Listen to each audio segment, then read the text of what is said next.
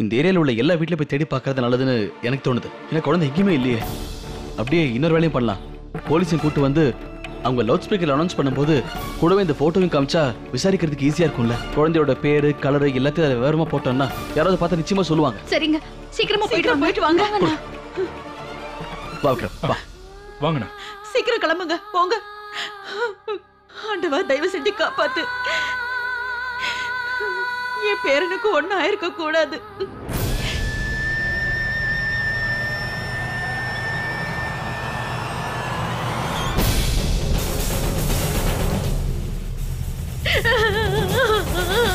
சரோஜா, கடவுள் மேல நம்பிக்கை வை, கண்டிப்பா பேரும் கிடைச்சிருவான். என்ன மீனாட்சி இது? காலையிலேயே நான் சொல்லிட்டு போனேல, கண்ணை இங்கேயும் அங்கேயும் அலையிற, அவனை பத்திரமா பாத்துக்கன்னு சொன்னல. நீ அவனை கவனமா பாத்துக்கல. என் பேர கண்ணை இப்ப எங்க இருக்கானோ, என்ன செய்யறானோ? கவலைப்படாத மீனாட்சி, சீக்கிரமா கிடைச்சிடும். கண்ணா,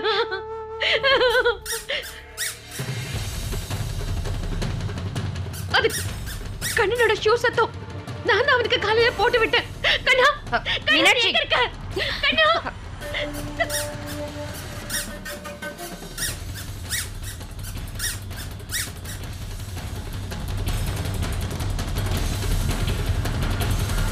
என்னாச்சுங்கம்மா? இல்ல ஒண்ணும் இல்லப்பா, நீங்க போங்க. இப்படி சத்தம் வர ஷூ தான் கண்ணனுக்கு போட்டு விட்டேன். சந்தியா அக்கா, நீங்க எது வந்தாலும் தேடி கண்டுபிடிச்சிருவீங்களா? என்னோட புள்ளைய கண்டுபிடிச்சு கூட்டிட்டு வாங்க அக்கா. எனக்கு என் புள்ள வேணும்க்கா. மீனாட்சி, மீனாட்சி நீ தயவு பண்ணி கவலைப்படாத. அவரும் விக்ரம் போயிருக்காங்கல்ல, கண்டுபிடிச்சிருவாங்க. நீ கவலைப்படாத. இங்க பாரு மீனாட்சி, தயவு செஞ்சு பொறுமையா இரு. எப்படி அத்த பொறுமையா இருக்க முடியும்? என்னோட புள்ள கண்ணனை ரொம்ப நேரமா காணோம் அத்த. எங்க போனான்னு தெரியல. அவனை எங்க விட்டனோ ஞாபகம் வர மாட்டேங்குது அத்த.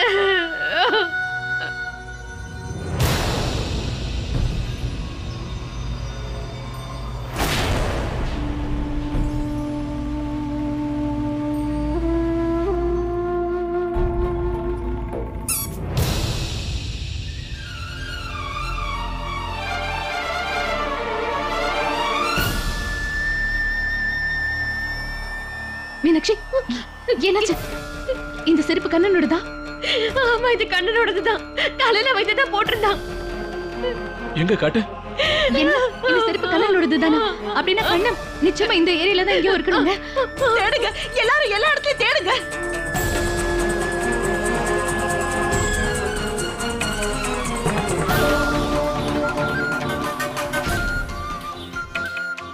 என்னமா சந்தியா? அத்த, அத்த இந்த பெயிட்ட கொஞ்சம் பாருங்களேன். என்னம்மா? யாரோ தேய்ச்சிக்கிட்டே உள்ள போன மாதிரி இருக்கு பாருங்களேன். ஆனா அவங்க நிச்சயமா வெளியே வரல. என்ன, வெளியே வரதுக்கான அடையாளம் எதுவுமே இல்ல.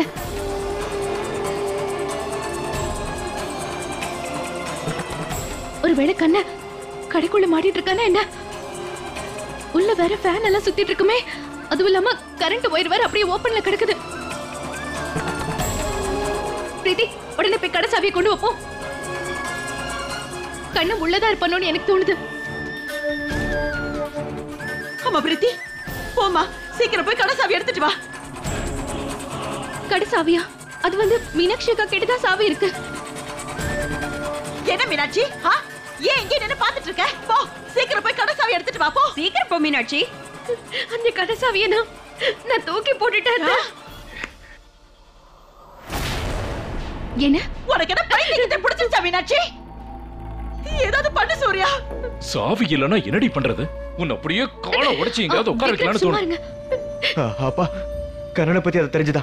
மோகன், கண்ணு கடைக்குள்ள இருப்பானோன்னு எங்களுக்கு தோணுது. கடைக்குள்ளையா? நீ எல்லாம் திருந்தவே மாட்டியா மீனாட்சி? அக்கா தங்கச்சிக்கு 2 பேருக்கும் நடுவுல இருக்கிற சண்டையெல்லாம் தேவையில்லாம சின்ன பிள்ளைய தொலைச்சிட்டீங்களே. உள்ள என்ன நிலைமையில இருக்கான்னு தெரியல. நீ ஏன் தான் இந்த மாதிரி எல்லாம் பண்ணிட்டு இருக்க? போதும், நிறுத்து. ஏற்கனவே பைத்தியம் பிடிச்ச மாதிரி வர வர இவ பண்ற எந்த வேலையும் சரியில்லை. பெத்த புள்ளைன்னு கூட பார்க்காம அவனை கடைக்குள்ள வச்சு பூட்டிட்டா. அது மட்டும் இல்லாம சாவியை வேற எங்கேயோ தொலைச்சிட்டா. என்ன பண்ணுவேன்? இவெல்லாம் என்ன அம்மானே தெரியல. இங்க பாருங்க விக்ரம், தயவு பண்ணி கொஞ்சம் அமைதியா இருங்க. இப்படி நம்ம பேசி நேரத்தை வீணாக்கணும்னா கண்ணனுக்கு தான் பிரச்சனை. தயவு பண்ணி கொஞ்சம் அமைதியா இருங்களேன்.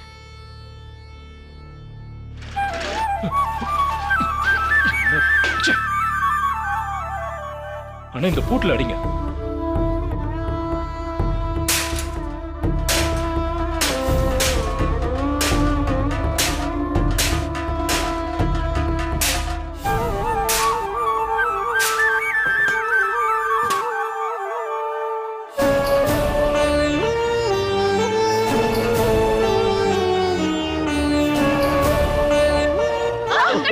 கண்ணா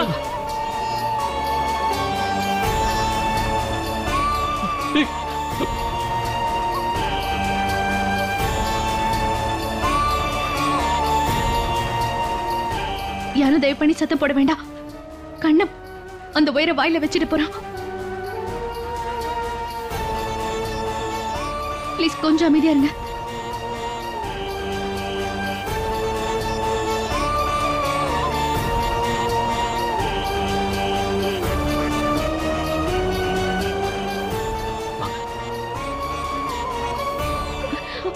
சூர்யா மெதுவா போவா. கண்ணா சூர்யா மெதுவா போப்பா. இல்ல கண்ணை உன்னை பாத்துக்கிட்டே அப்படியே திரும்பிடுவோம். நான் பாத்துக்கிறேன். மெதுவா அமைதியா இருங்க, நான் பாத்துக்கிறேன். சூர்யா பாத்து.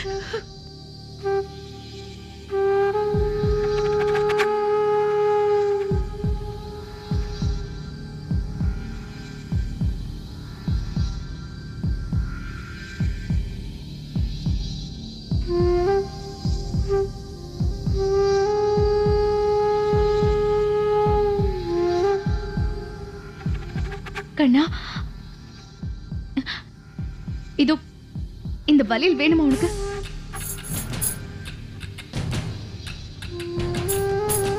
வலையில் பாரு, வலையில்.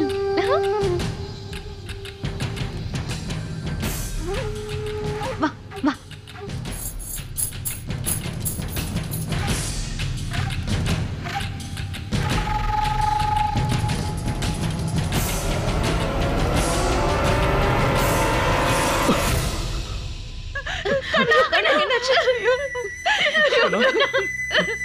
கண்ணா கண்ணா உனக்கு ஒண்ணு ஆகலையா?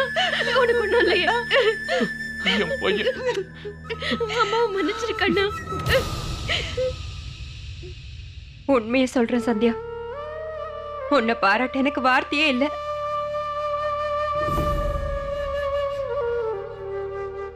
தெரியத்த இப்ப நான் பண்ணதுல எதுவுமே கிடையாது. ஆனா நாம கொஞ்சம் கவனமா இருந்திருக்கணும். எப்பவுமே கரண்ட் எல்லாம் இந்த மாதிரி ஓபன்ல விட்டு வைக்க கூடாது. பிரீத்தி, ஏன் இந்த விஷயத்துல கவனமா இல்ல? இப்படி கடையில கரண்ட் இந்த மாதிரி போட்டு வாங்கலாம். ஒருவேளை யாருக்காவது ஏதாவது ஆயிருந்தா? நான் தெரியாம ரொம்ப பெரிய தப்பு பண்ணிட்டேன்க்கா. உண்மையை சொல்றேன். பெயிண்டர் கிட்ட நிறைய தடவை நான் சொல்லிட்டேன், இந்த மாதிரி வயர் ஓப்பனா விடாதீங்கன்னு சொன்னேன்க்கா. ஆனா அந்த பெயிண்டர் தான் பெயிண்ட் எல்லாம் நல்லா காயிட்டோன்னு சொல்லி எல்லாத்தையும் அப்படியே போட்டுட்டு போயிட்டாங்கக்கா. ஆனா அதுக்குள்ள இப்படி எல்லாம் ஆயிடுச்சு. சரோஜா, நம்ம சந்தியா மருமக இன்னைக்கு திரும்பவும் நல்ல வேலை பண்ணிருக்கா. நம்மளால எல்லாம் இப்படி எல்லாம் பண்ணவே முடியாது. இங்க பாரு சரோஜா, ஒரு விஷயத்த நல்ல ஞாபகம் வச்சுக்க. ஒண்ணு மட்டும் உண்மை, சந்தியா மருமகளும் சூர்யாவும் உன் கூட இருக்கிற வரைக்கும் உனக்கும் உன் குடும்பத்துக்கும் எந்த பிரச்சனையும் வராது.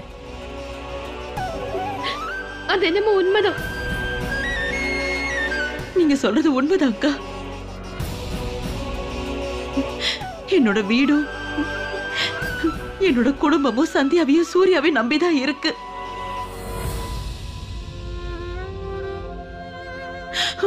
வாடா கண்ணா, நம்ம உள்ள போலாம். போலவா சந்தியாக்கா, எல்லாரும் வழி விடுங்க. இதுக்கப்புறம் இந்த மாதிரி ஏதாவது வேலை பண்ண அப்புறம் இருக்கு உனக்கு.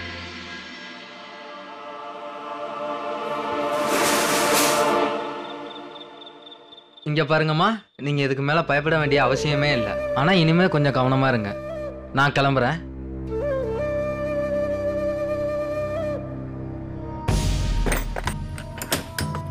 எனக்கு கொஞ்சம் இருங்களேன். பேப்பர்ல என்ன எழுதிருக்கு, எத்தனை மருந்து மாத்திரை கொடுத்திருக்காங்க, கண்ணு நல்லா இருக்கான்ல?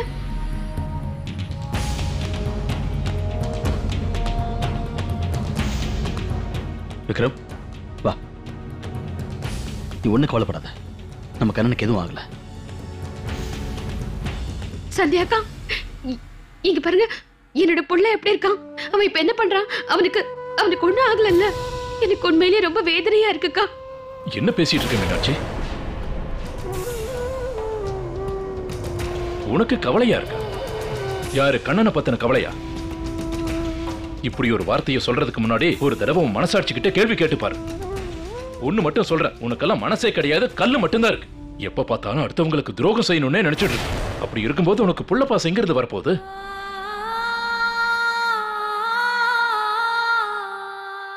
விக்ரம், ஏன் இந்த மாதிரிலாம் பேசுறீங்க? கண்ணனுக்கு தான் எதுவும் இல்லையே, நீங்க டென்ஷன் ஆக வேண்டாம். நம்ம கண்ணன் உண்மையிலேயே தைரியமான பையன். உனக்கு தெரியுமா விக்ரம், அம்மா கண்ணனுக்கு துணி மாத்திட்டு இருக்கும் போது அவன் எப்பவும் போல அம்மாவோட கையை பிடிச்சு விளையாடிட்டு இருந்தான் தெரியுமா? அப்புறம் நல்ல சந்தோஷமா சிரிக்கிறான். அந்த கடவுள் தான் என்னோட புள்ளைய காப்பாத்திருக்காரு. என்னோட புள்ளைக்கு எதுவும் இல்ல, எல்லா பிரச்சனையும் சரியா போச்சு. நான் நாளைக்கே அந்த கடவுள் கிட்ட போய் காணிக்கை கொடுத்துட்டு வந்துருவேன். ஏய், போதும் போதும், நிறுத்து. சும்மா பேசிட்டு இருக்காத. உன்னோட கடவுள் எதுவும் பண்ணல. இதுக்கப்புறம் கண்ணனை கவனமா பாத்துக்கணும்னா அதை நான் மட்டும்தான் செய்ய போறேன். பெத்த பிள்ளையும் உன்னால ஒழுங்கா பாத்துக்க முடியுதா? அப்புறம் எதுக்கு நீ தேவையில்லாம பேசுற? அதனால உனக்கு கண்ண விஷயத்துல வேலையே இல்ல.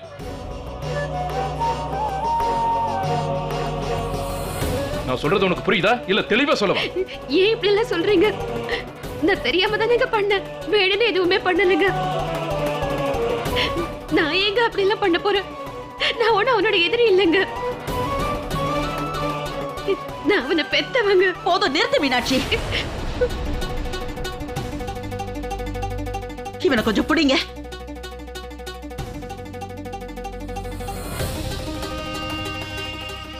ரொம்ப சீக்கிரமாவே நீ தெரிஞ்சுக்கிட்ட. நீதான் அவனோட அம்மாங்கிற விஷயத்த. அம்மானா என்னன்னு தெரியுமா உனக்கு? என்கிட்ட கேளு, நான் சொல்றேன். பெத்த பிள்ளைங்களை ஒழுங்கா பாத்துக்கணும். சொல்ல போனா 4 பிள்ளைங்களை பெத்து வளர்த்தவனா. எனக்கு சாவர நிலைமை வந்தா கூட என் பிள்ளைங்க என்ன பண்றாங்க, ஏது பண்றாங்கன்னு தெரிஞ்சு வச்சுப்பேனா. அவங்க எங்க இருக்காங்க, என்ன பண்ணிக்கிட்டு இருக்காங்க, பசி எடுக்குதா, தாகம் எடுக்குதா, இப்படி எல்லாத்தையுமே தெரிஞ்சு வச்சுக்குவேன்.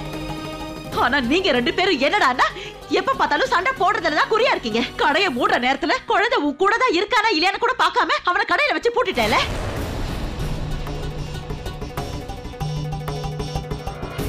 அந்த சாவிய வேற தூக்கி போட்டிருக்க. கடவுளே, என்ன பண்றது? எனக்கு தான் சுத்தமா நேரமே சரியில்லை. நான் வீட்ல இல்லாத நேரத்துல உன்னால குழந்தைய ஒழுங்கா பாத்துக்க கூட முடியல. நான் நேரத்துக்கு வந்து கேட்கலன்னா என் பேரனுக்கு என்ன ஆயிருக்குமோன்னு தெரியல.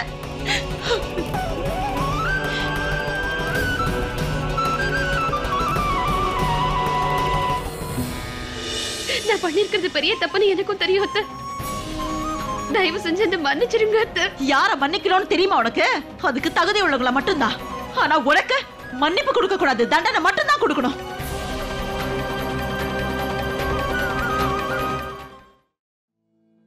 அப்படி எல்லாம் சொல்லாதீங்க அத்தை. நான் உண்மையதான் சொல்றேன். கண்ணனை ஒரு நிமிஷம் கூட நான் விட்டு பிரிஞ்சதே இல்ல அத்தை. எப்பவும் அவனை கூடவே தான் அத்தை வச்சுக்குவேன். ஆனா இதோ இந்த பிரீத்தி இருக்கால, எனக்கு ரொம்ப தொந்தரவு கொடுத்தாத்த. அதனாலதான் பேசாத. இதுக்கு மேல ஒரு வார்த்தை பேசுறேன்னு வச்சுக்க, அப்புறம் உனக்கு மரியாதையே இல்லாம போயிடும். உங்க 2 பேருக்கும் நடுவுல என்ன பிரச்சனை இருக்குன்னு எனக்கு உங்க 2 பேரோட நல்லாவே தெரியும். 2 பேருக்கும் ஒவ்வொரு கடை இருக்கு. ஆனா அடுத்த கடையும் வேணும்னு உன் மனசுல அப்படி ஒரு ஆசை. அதான் பிரீத்திக்கு நான் அந்த கடையை கொடுத்தது உன்னால பொறுத்துக்க முடியல.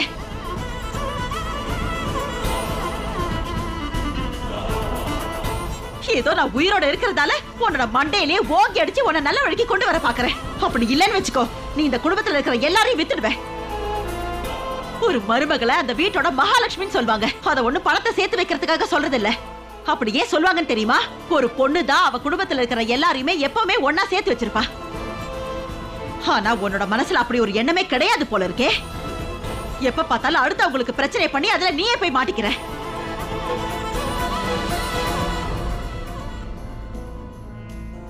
இப்ப பாரு, பார்த்தல அவளை பழி வாங்குறதா நினைச்சுக்கிட்டு அதுல நீயே மாட்டிக்கிட்ட. ஒருவேளை சந்தியா மட்டும் அந்த நேரத்துல இல்லன்னா என் கண்ணனுக்கு என்ன ஆயிருக்கும்னு தெரியல.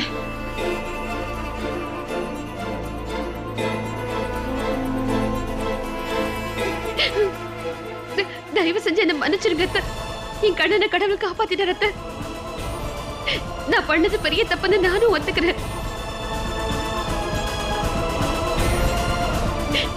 ஆனா சத்தியமா சொல்றேன், இதெல்லாம் நான் வேணும்னு பண்ணல அத்தை. இதுக்கப்புறம் நான் எப்பவும் இப்படி ஒரு தப்பு பண்ணவே மாட்டேன். என்ன மன்னிச்சிருங்க அத்தை. திரும்பவும் நடிக்க ஆரம்பிச்சிட்டாளா? உன்னை நான் மன்னிச்சு ஏத்துக்கணுமா? எத்தனை தடவை தான் உன்னை நான் மன்னிக்கிறது? உன்னோட எல்லா தப்பையும் நான் மன்னிச்சுதானே விட்டுருக்கேன். உன்னை நான் எப்பவுமே மன்னிக்கிறதால உன்னை பொறுத்த வரைக்கும் அந்த மன்னிப்புங்கிற வார்த்தைக்கு அர்த்தமே இல்லாம போயிடுச்சு. ஒருத்தருக்கு மன்னிப்பு கொடுக்கணும்னு வச்சுக்கோ, முதல்ல அவங்களுக்கு அந்த தகுதி இருக்கணும். அந்த தகுதி உனக்கு இல்ல, அதனால உனக்கு தண்டனை மட்டும்தான் கொடுக்கணும்.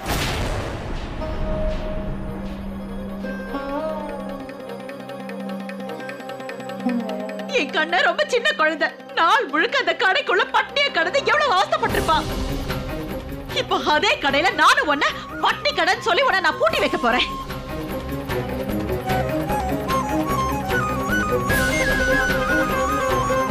அப்பதான் அந்த கஷ்டம் உனக்கு தெரிய வரும். இல்ல இல்ல வேண்டாம் அத்தை. அப்படி எல்லாம் பண்ணாதீங்க அத்தை.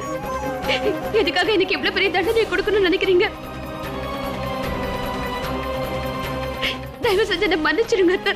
ஓ ஓ, நீ தப்பு பண்ணேன்னு உனக்கும் தெரியும்ல. இப்ப என்னாச்சு? தண்டனைனதும் பயமா இருக்கா? அப்புறம் நல்லா யோசிச்சு பாரு, அந்த சின்ன பையனோட நிலைமை என்ன? நாள் முழுக்க கடையில பட்டினி கிடந்தான். உனக்கும் அதே தண்டனை தாண்டி தரணும். உன்னையும் கடைக்குள்ள வச்சு பூட்டி வைக்கணும். அப்பதான் உனக்கு புத்தி வரும். குழந்தை எவ்வளவு கஷ்டப்பட்டான்னு அப்பதாண்டி உனக்கு தெரிய வரும். அம்மா யோசிக்காதீங்கம்மா, இவள அந்த கடைக்குள்ள தள்ளி கடையை பூட்டிருங்க.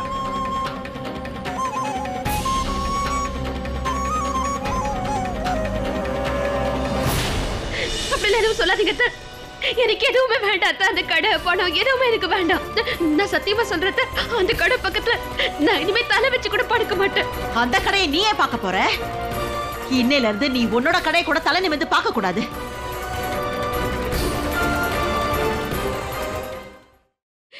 அத்தை தயவு செஞ்சு அப்படிலாம் பண்ணாதீங்க அத்தை. எனக்கு இவ்வளவு பெரிய தண்டனை எல்லாம் கொடுக்காதீங்க அத்தை.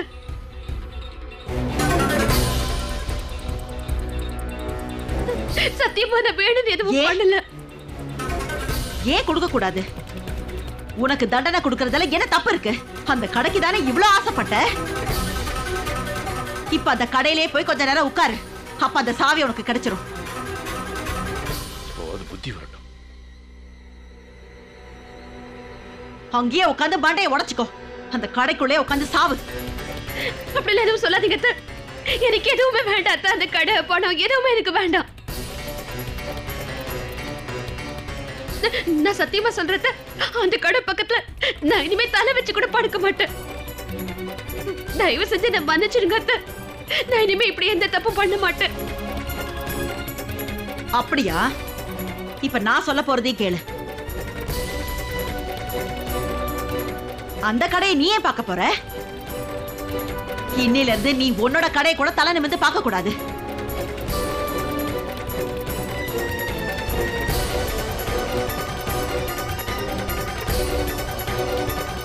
இனிமே நீ எப்பவுமே உன்னோட கடைக்கு நீ போக கூடாது.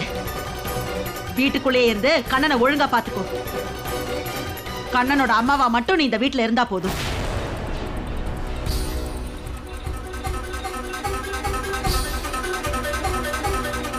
அத்தை என்னத்த சொல்றீங்க? ஒருவேளை நான் கடைக்கு போறேன்னா பாவம் எப்படி இவரால தனியா சமாளிக்க முடியும்? வியாபாரம் ஒண்ணுமே இல்லாம ஆயிடும் அத்தை. நான் கண்டிப்பா கடைக்கு போகணும். என்ன மீனாட்சி, என்ன பேசிட்டு இருக்க?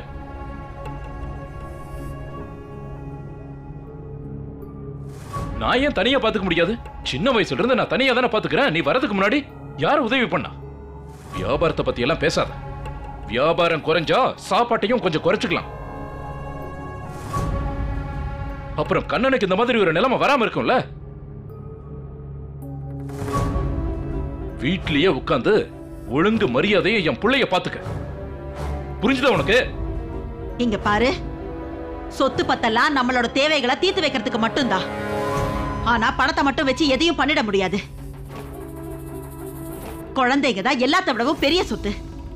உன் குழந்தைய நீ ஒழுங்கா வளர்த்தாதான் நாளைக்கு வயசானதுக்கு அப்புறம் அவன் உன்னை பாத்துக்குவான்.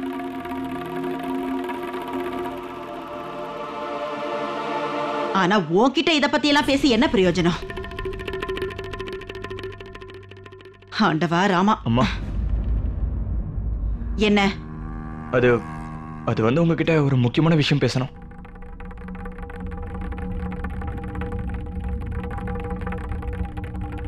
அம்மா, அது வந்து நாளைக்கு பிரீத்தி கடைக்கு ஒரு முகூர்த்தம் பார்த்துருக்கோம்.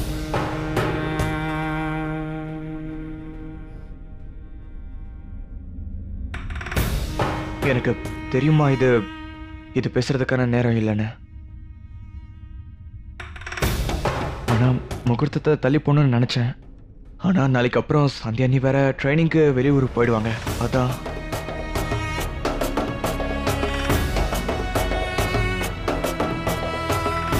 அதனால எங்க 2 பேரோட விருப்பம் என்னன்னா, கடை திறப்பு வேலை நடக்கும்போது சந்தியானியும் இங்க இருந்தா நல்லா இருக்கும்னு நினைக்கிறோம்.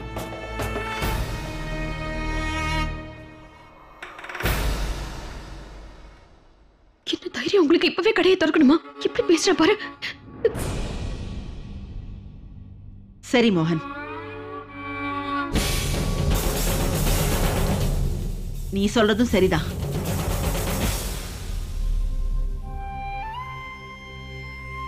ஆனா ஒண்ணு, தேவையில்லாம ஆடம்பரமா எல்லாம் எதுவும் பண்ண வேண்டாம். இல்ல அப்படிலாம் ஒண்ணும் இல்லம்மா. புரோகிதரை வர சொல்லு. எல்லாத்தையும் ரொம்ப சாதாரணமாவே செஞ்சிடலாம். சரிம்மா. எனக்கு தண்டனை வாங்கி கொடுத்து நீங்க மட்டும் கடையை திறக்க பாக்குறீங்களா? இல்ல பிரீத்தி, நான் என் கடைக்கு போக முடியாம பண்ணது உன்னோட வேலைதான். இப்ப நீ அந்த கடைக்கு போகாதபடி நான் பண்ண போறேன். இங்க பாரு பிரீத்தி, இந்த வீட்டோட மிகப்பெரிய சம்பிரதாயத்தை நீ மீறி இருக்க. உன்னோட சுயநலத்துக்காக இந்த வீட்டோட சமையல் கட்டையை நீ அசிங்கப்படுத்திட்ட. அப்படின்னா அத்தை, பிரீத்திக்கு அதுக்கான தண்டனை கிடைச்சே ஆகணும்ல அத்தை? இவளுக்கும் தண்டனை கிடைக்க போகுது. இந்த வீட்டோட சட்டத்திட்டங்களையும் சம்பிரதாயங்களையும் மீறி இருக்க. இந்த வீட்டோட தர்மத்தையும் நீ மதிக்கல. அதனால உனக்கு இந்த வீடு எதுக்கு? என்னோட முடிவு இதுதான். இப்பவே இந்த நிமிஷமே இந்த வீட்டை விட்டு வெளியே போயிடு. உன்னோட பிறந்த வீட்டுக்கு போயிடு.